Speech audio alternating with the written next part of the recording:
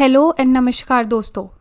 आज की डेट है 13 मार्च 2024 और हम यहाँ पे डेली बेसिस पे द हिंदू और other newspapers plus government websites plus जो भी कोचिंग इंस्टीट्यूट्स में यूपीएससी रिलेटेड आर्टिकल्स निकलते हैं फॉर प्रीलिम्स, हम यहाँ पे उनको डिटेल में डिस्कस करते हैं और वो ही आर्टिकल्स लेती हूँ मैं जो कि आपके एग्ज़ाम पर्सपेक्टिव से इम्पॉर्टेंट हो।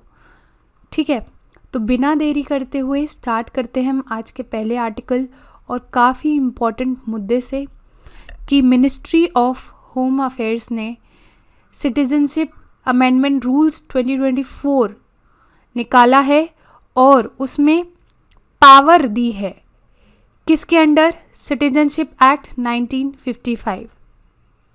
ये जो नया रूल है ना अमेंडमेंट वाला, ये द सिटीजनशिप रूल्स 2009 इसको अमेंड करता है और किसको इन्फोर्स करेगा? Citizenship amendment act 2019।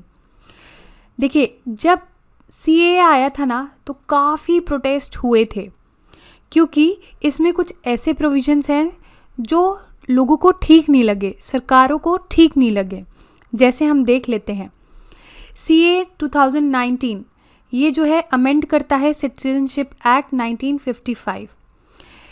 ये बताता है जो भी पर्सन हिंदू है, सिख है, बुद्धिस्ट है, जैन, पारसी और क्रिश्चियन, वो कम्युनिटी कहाँ से आई हो और अफ़गानिस्तान, बांग्लादेश, पाकिस्तान, इनको इलीगल माइग्रेंट नहीं कंसिडर किया जाएगा अगर इन्होंने इंडिया एंटर किया है 31 दिसंबर 2014 से पहले, प्लस सेंट्रल सरकार ने उनको एग्जेम्प्ट किया है under section 32C of passport entry into India act 1920 या फिर एप्लीकेशन से प्रोविजंस ऑफ फॉरेनर्स एक्ट 1946 या ऐसा कोई और भी रूल या ऑर्डर बनाया गया है इन्हीं प्रोविजंस के अंडर। ये समझ में आया है? यानी कि इसमें एग्जेम्प्ट कर दिया है, इनको छोड़ दिया है मुस्लिम्स कम्युनिटी को from these countries, Afghanistan, Bangladesh, Pakistan. तो इंडियंस मुस्लिम्स को डरने की इसमें ज़रूरत नहीं है, आज ही न्यूज़पेपर में आया है, सेंट्रल सरकार ने बोला है। अब जो ये रूल्स हैं उनकी एलिजिबिलिटी में देख लेते हैं कि उसकी एलिजिबिलिटी क्या रहेगी। अप्लाई करने के लिए सिटीजनशिप के लिए बाय रजिस्ट्रेशन या फिर नेचुरलाइजेशन एक व्यक्ति को इंडियन ओरिजिन का होना चाहिए, उसको शादी जो हुई है उसकी इंडियन सिटीजन से शादी होनी चाहिए, या फिर अगर माइनर चाइल्ड है वो इंडियन सिटीजन का माइनर चाइल्ड होना चाहिए, या फिर ऐसा व्यक्ति जिसके पेरेंट्स रजिस्टर्ड हैं as an Indian citizen person, या माता पिता, कोई एक माता पिता या फिर वो व्यक्ति कभी सिटीजन रहा हो इंडिपेंडेंट इंडिया का आफ्टर 1947, या फिर वो रजिस्टर्ड हो as an overseas citizen of India card holder. तो ये आपके एलिजिबिलिटी क्राइटेरिया है। और कौन कौन सी क्वालिफ़िकेशन होनी चाहिए नेचुरलाइजेशन के लिए? देखिए, एप्लीकेंट है ना जो भी अप्लाई कर रहा है वो एफिडेविट देगा, ठीक है, जिसमें वेरिफिकेशन होगा उसके स्टेटमेंट की करेक्टनेस का। और जो एफिडेविट है वो एक इंडियन सिटीज़न से भी, मतलब जो इंडियन सिटीज़न एक एक्स्ट्रा लगेगा उसको वेरीफाई करने के लिए, टेस्टिफाई करने के लिए उस पर्टिकुलर एप्लीकेंट के कैरेक्टर का। ठीक है, मतलब जो अप्लाई कर रहा है उसका तो एफिडेविट लगेगा, प्लस वो एक इंडियन सिटीज़न लेके आए और उसका भी एफिडेविट लगाए जो कि टेस्टिफाई करेगा कि ये जो एप्लीकेंट है इस पर्सन का कैरेक्टर कैसा है। ठीक है, और जो एप्लीकेंट है उसको 8th schedule of Indian constitution में जितनी भी लैंग्वेजेस है उसकी कोई एक भी लैंग्वेज अच्छे से आनी चाहिए। और क्या क्या रूल्स एलिजिबिलिटी के हैं। देखिए, उन्होंने अगर किसी और कंट्री की सिटीज़नशिप ले रखी है और वो अब इंडिया के सिटीज़न बनना चाहते हैं, तो जो पुरानी कंट्री है उसकी सिटीज़नशिप उनको रिनाउंस करनी चाहिए, या फिर उनको बोलना चाहिए कि अब हम पुरानी कंट्री के सिटीज़न नहीं हैं। ठीक है। और जो अथॉरिटी है जिनके द्वारा ये एप्लीकेशन बनाई जा रही है, ये एप्लीकेशन जो है ये सबमिट होगी किसको? Empowered committee. ठीक है, इलेक्ट्रॉनिक फॉर्म में, जो कि डिस्ट्रिक्ट लेवल कमिटी देगी इनको। और इनको कौन बताएगा या इनको नोटिफाई कौन करेगा डिस्ट्रिक्ट लेवल कमिटी को? Central government. यानी कि सेंट्रल गवर्नमेंट एप्लीकेशन किसको देगी? डिस्ट्रिक्ट, फिर एम्पावर्ड कमिटी पे आएगी। ठीक है। अब जो ये आपकी एम्पावर्ड कमेटी है ये स्क्रूटनाइज करेगी, पूरा देखेगी एप्लीकेशन को। ठीक है। और अगर उनको ठीक लगेगा तो वो उसको सिटीजनशिप ग्रांट कर देगी। तो काफ़ी प्रोटेस्ट चल रहा है, क्योंकि सबको पता है कि ये जो सीए है पहले भी एक मुद्दा रहा है, क्योंकि पर्टिकुलर कम्युनिटी को ऐसा लगता है कि हमारे लिए क्या हो रहा है, थोड़ा सा भेदभाव हो रहा है। ठीक है। नेक्स्ट आर्टिकल है हमारा याओंडे डिक्लेरेशन। अफ्रीकन नेशंस, आप जानते हैं बहुत ज़्यादा वहाँ पे ट्रॉपिकल डिजीज़ेस होते हैं। ठीक है। तो एक मलेरिया बहुत बड़ा मुद्दा है यहाँ पे। पूरे वर्ल्ड में अगर मलेरिया होता है और उससे डेथ होती है तो 95% जो डेथ है मलेरिया के द्वारा वो अफ्रीका में ही हो जाती है। तो इसीलिए ये डिक्लेरेशन लाई गई है बाय द अफ्रीकन नेशंस, जिससे हम मलेरिया हटा सकें, इरेडिकेट कर सकें। इसके बारे में थोड़ा और जान लेते हैं कि 11 अफ्रीकन कंट्रीज़ के हेल्थ मिनिस्टर्स आए और उन्होंने इस डिक्लेरेशन को साइन किया, जिससे जो ये डेथ्स हो रही हैं ड्यू टू मलेरिया इनको रोका जा सके। और इसमें क्या इंक्लूड है? कमिटमेंट कि भैया जो भी हमारा साल भर का बजट होगा हम उसका 15% जो है हेल्थ सेक्टर में एलोकेट करेंगे। ये साइन कहाँ हुआ था? ये साइन हुआ है याओंडे कॉन्फ्रेंस। इसको को होस्ट किया है World Health Organization and government of Cameroon ने। पार्टिसिपेंट्स, इसकी कोई ज़रूरत नहीं है जानने की। हाँ, सिग्नेटरी कंट्रीज़ कौन कौन है? जैसे 11 सिग्नेटरी कंट्रीज़ हैं, ये देख लो। Burkina Faso, Cameroon, the Democratic Republic of Congo, Ghana, Mali, Mozambique, Nigeria, Sudan, Uganda, Tanzania. ठीक है। ये जो कंट्रीज़ हैं आपकी 11, ये टोटल 70% ग्लोबल मलेरिया का बर्डन शेयर करती है। यानी कि पूरे वर्ल्ड में अगर 100% मलेरिया जितने भी केसेस हैं मान लो, तो उसका 70% तो कहाँ? इन कंट्रीज से आता है। अब मलेरिया के बारे में जान लेते हैं कि मलेरिया होता कैसे है। एक फीमेल एनोफिलीस मॉस्किटो होता है, जो कि अगर किसी पर्सन को, व्यक्ति को काट लेता है तो वो क्या उसे इन्फेक्शन हो जाएगा? क्या उसे मलेरिया हो जाएगा? नहीं। देखो, ये जो एनोफिलीज है ना, अगर इसको खुद इन्फेक्टेड है ये मलेरियल पैरासाइट से और तब ये किसी व्यक्ति को बाइट कर लेती है, तब जाके क्या होता है, आपको इन्फेक्शन हो सकता है, आपको मलेरिया हो सकता है। ठीक है। बहुत सारे टाइप्स के मलेरियल पैरासाइट्स होते हैं, इसके जानने की ज़रूरत नहीं है।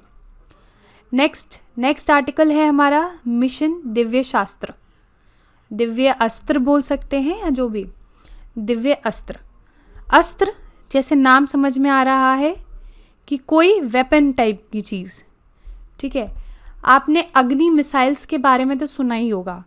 तो अग्नि 5 भी पहले लॉन्च हो चुकी थी, लेकिन हमने एक अग्नि 5 लॉन्च करी है, बनाई है खुद ही, with multiple independently targetable re entry vehicle, यानी कि MIRV टेक्नोलॉजी के साथ। और ये हमने इंडिजिनसली बनाई है, यानी कि हमारे DRDO ने इसको बनाया है और इसका टेस्ट हुआ है। अब आप सोच रहे होगे MIRV टेक्नोलॉजी क्या होती है। देखो, जब कोई भी हम मिसाइल या कोई लॉन्च करते हैं, दो तरीके की होंगी। एक तो सिंगल हेड, यानी कि ऐसी मिसाइल जिसमें सिर्फ एक ही पेलोड जा सकता है, ठीक है। लेकिन अगर हम बात करें MIRV, तो इसमें बहुत सारे पेलोड जा सकते हैं। तो मान लो अटैक होता है बहुत सारी जगह से, 3 या 4 जगह से, तो अग्नि 5 MIRV टेक्नोलॉजी के साथ क्या करेगा, सारे अपने जो भी पेलोड्स हैं उसको लॉन्च कर देगा और हर एक अलग अलग डायरेक्शन में जाके अलग अलग जो भी हमारे ऊपर अटैक्स हो रहे हैं उन पे अटैक कर देगा, और न्यूट्रलाइज करना और न्यूट्रलाइज कर देगा, उनको ख़त्म कर देगा, ठीक है। तो इंडिपेंडेंटली मल्टीपल ये लोग काम करेंगे टारगेट्स के ऊपर। तो इसीलिए ये क्या है, MIRV टेक्नोलॉजी। इसका नाम क्या दिया गया है, मिशन दिव्यास्त्र। ये कहाँ से अभी टेस्ट हुई थी, अब्दुल कलाम आइलैंड, जो कि उड़ीसा में है। इसकी लोकेशन देख लो। नेक्स्ट, MIRV टेक्नोलॉजी, जैसे मैंने आपको बताया है कि ट्रेडिशनल मिसाइल के पास एक ही वॉरहेड होगा, लेकिन MIR के पास बहुत सारे वॉरहेड्स होंगे और ये बैलिस्टिकली लॉन्च होगा। आपने कभी गुलेल चलाई है? गुलेल में हम पत्थर फंसा के फिर जब हम छोड़ते थे तो ऐसे जाता था, है ना। तो ऐसे ही MIRV आपकी लॉन्च करेगी और उसमें से जो भी अटैक होगा वो अलग अलग जाके उसको डिस्ट्रॉय करवा देगी। तो जो US है आपका, सबसे पहले इसी कंट्री ने MIRV टेक्नोलॉजी को डेवलप्ड किया था और इसको इंटरकॉन्टिनेंटल बैलिस्टिक मिसाइल में डिप्लॉय किया था 1970। इंटरकॉन्टिनेंटल बैलिस्टिक मिसाइल क्या होती है, ऐसी मिसाइल्स जो कि 2 कंट्री से मतलब को टारगेट कर सकती है, यानी कि यहाँ से लॉन्च हुई एक कंट्री 1 से, तो ये दूसरे कंट्री को टारगेट कर सकती है, ठीक है। और बैलिस्टिक मतलब ये पूरा इंटरकॉन्टिनेंटल बैलिस्टिक मतलब ये ऐसे शेप को जो शेप बनाती है, ठीक है। तो अब कौन कौन के पास है ये, US हो गया, रशिया हो गया, UK, फ्रांस, चाइना। पाकिस्तान ने भी 2017 में टेस्ट की थी MIRV मिसाइल अबाबील नाम से। यहाँ देखो C वाली जो MIRV है किस किस के पास है, US, UK, France. Land based MIRV China, और C और लैंड बेस्ड दोनों किसके पास है, रशिया। और पाकिस्तान ने 2017 में बनाई ली और हमने भी अब बना ली है, टेस्ट कर लिया है सक्सेसफुली। अब थोड़ा सा अग्नि 5 मिसाइल के बारे में जान लेते हैं।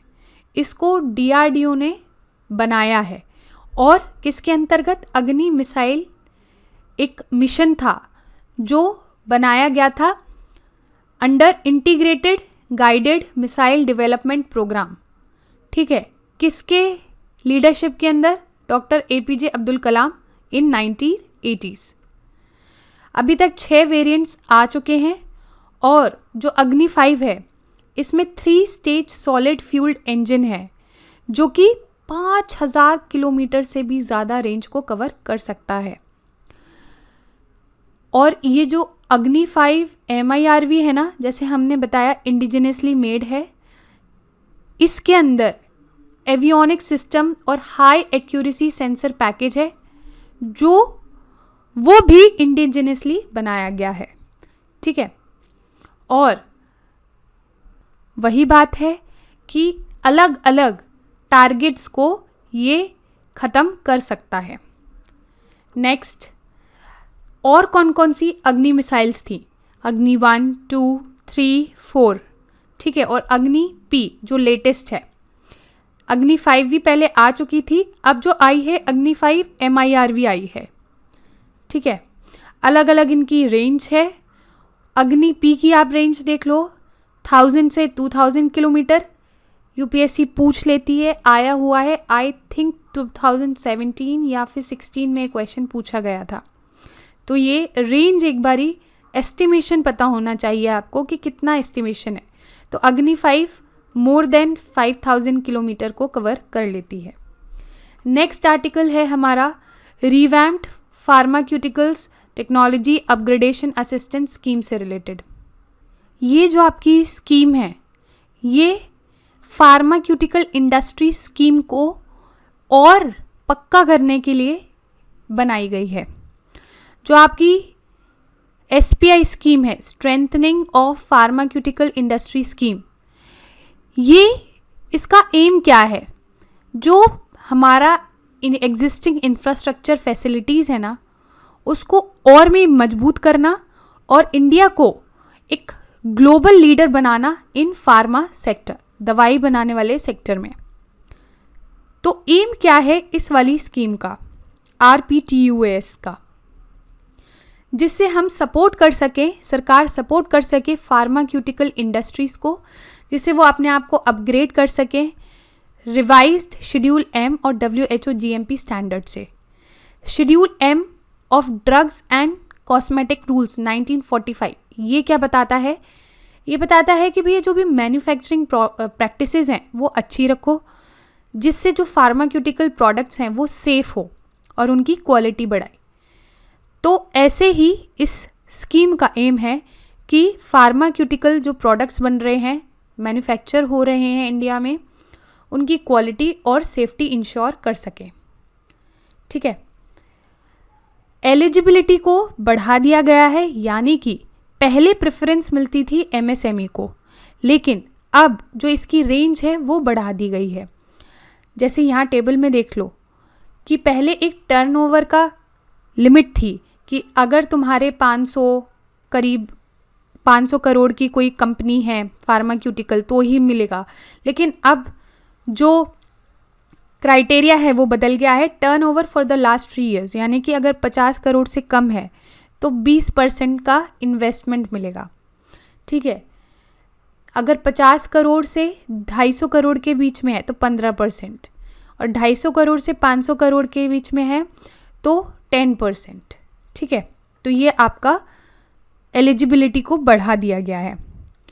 एक्टिविटीज़ कौन कौन सी, यानी कि जो इन्वेस्टमेंट मिलेगा वो किस किस चीज़ के लिए मिलेगा?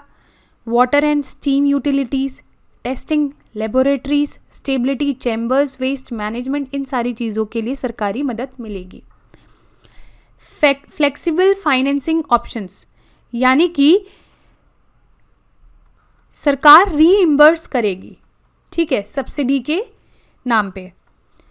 नेक्स्ट, ये ऑलरेडी जो स्टेट गवर्नमेंट की स्कीम्स चल रही हैं उससे इंटीग्रेट हो जाएगी और ट्रांसपेरेंसी इंश्योर करेगी, अकाउंटेबिलिटी इंश्योर करेगी और एफिशिएंट एलोकेशन ऑफ रिसोर्सेज को भी इंश्योर करेगी। नेक्स्ट आर्टिकल है हमारा जल शक्ति अभियान कैच द रेन 2024 कैंपेन। ये जो आपका कैंपेन है, जैसे नाम समझ में आ रहा है, मिनिस्ट्री ऑफ जल शक्ति ने लॉन्च किया है और ये 5th एडिशन है। ठीक है, इसके बारे में हम जान लेते हैं। पहले ये लॉन्च हुआ था 2019 में एस जन आंदोलन, फिर 2021 में ये एक तरीके का सालाना एक फंक्शन टाइप का या फीचर टाइप का बन गया, जो कि कवर करेगा सारी ब्लॉक्स, सारे डिस्ट्रिक्ट्स में, पूरी कंट्री में। ये क्या एम करता है? ये एम करेगा कि भैया पानी के कंजर्वेशन को बचाओ ग्रास रूट लेवल पे बाय सिटीजन पार्टिसिपेशन, यानी कि लोगों को जो नीचे ग्रामीण इलाके के हैं ना, वो लोगों को अवेयर करो कि भैया पानी बचाना चाहिए। और इसको लॉन्च किया गया है नेशनल वाटर मिशन के अंदर। नेशनल वाटर मिशन जो है वो national mission under national action plan on climate change का एक हिस्सा है। यानी कि अगर 8 नेशनल मिशन है इस वाले प्लान के under, national action plan on climate change के अंदर, तो उनमें से एक जो कंपोनेंट है वो क्या है? नेशनल वाटर मिशन भी है। 2024 का थीम क्या है? नारी शक्ति से जल शक्ति। Intervention water conservation and rain water harvesting, geo tagging and making inventory of all water bodies.